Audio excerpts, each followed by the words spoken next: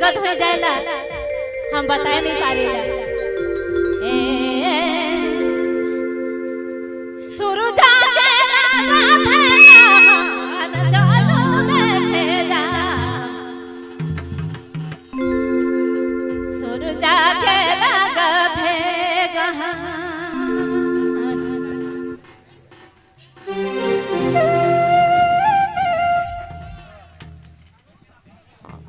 सूरज के लागत है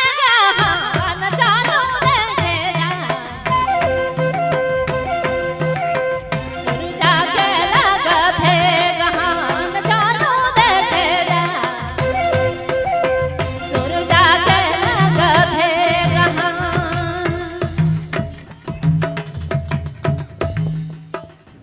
सूरज के लागत है कहान चलो देखे जा सूरज के लागत है कहान चलो देखे जा सूरज के लागत है कहान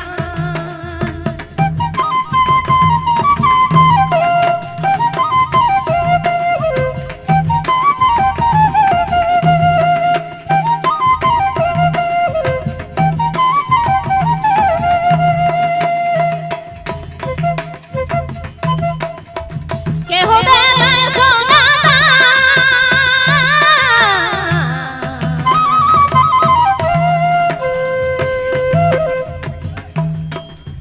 केहू देले सोना दान केहू दे केहू देले रूपा दान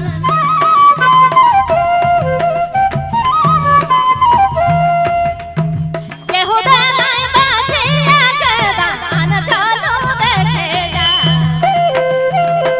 सूरज के लागत है कहान चलो देखे जा सूरज के लागत है कहान जी हाँ अपने मैन सुना था संजीव बाबू रिंगाल बेरा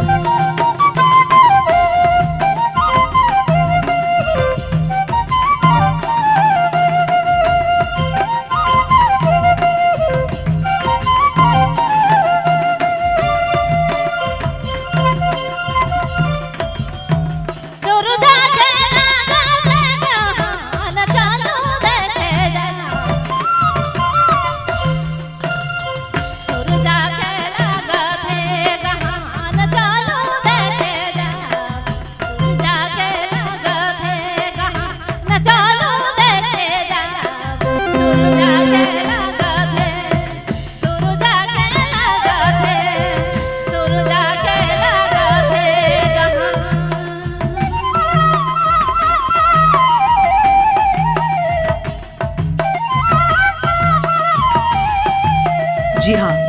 अपने मैन सुना था संजीत बाबू रिंगाल बेरा। चलिए बहुत बहुत बहुत धन्यवाद। फिर से मैं चाहूंगा एक गाना फिर